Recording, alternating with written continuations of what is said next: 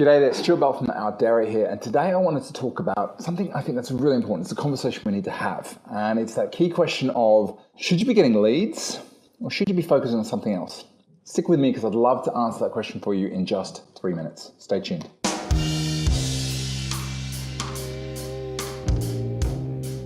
So if you haven't done a leverage session with me, let me tell you a bit about what it is. It's a 60-minute session where I sit down with people and we kind of scope out a plan of what the business wants to look like 12 months from now, where it's at now, and most importantly, the obstacles to overcome to get you there fast.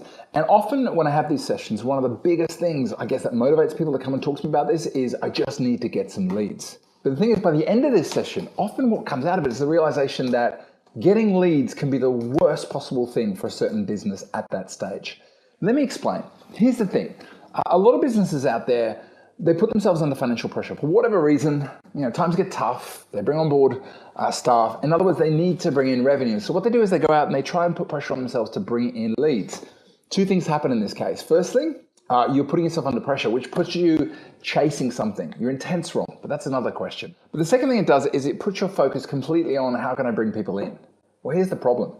If you've got a back business, an offering that is not profitable to begin with, the metaphor here I use is you are pumping water into what is a leaky bucket. I want to share with you, the fastest way to take pressure off yourself when it comes to growing your business is not to focus on generating leads, it's to focus on your existing client base. In fact, if you were to look at your existing book of clients and you are not turning over the equal number of revenue as your fixed expenses, you're instantly under pressure. So what's the answer to this?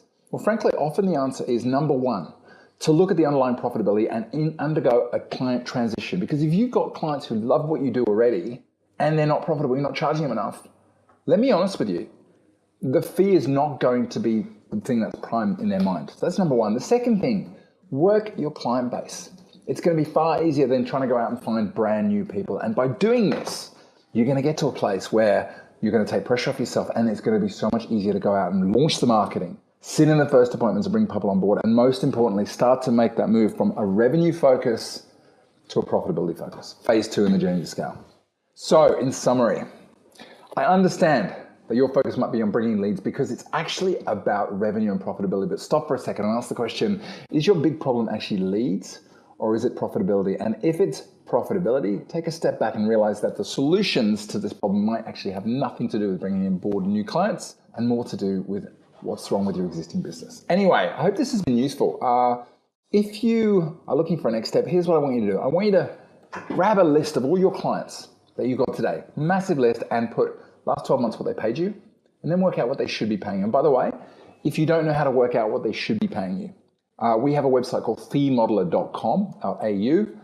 Go there, check it out, and if you'd like some help with it, as always, there should be a button bar, book a session, and we can jump in, have one of those leverage sessions, and I guarantee I'll give you at least one strategy which will help you solve the problem and take pressure off yourself. Anyway, for the time being, Stuart Bell from Our Dairy. Have a great week.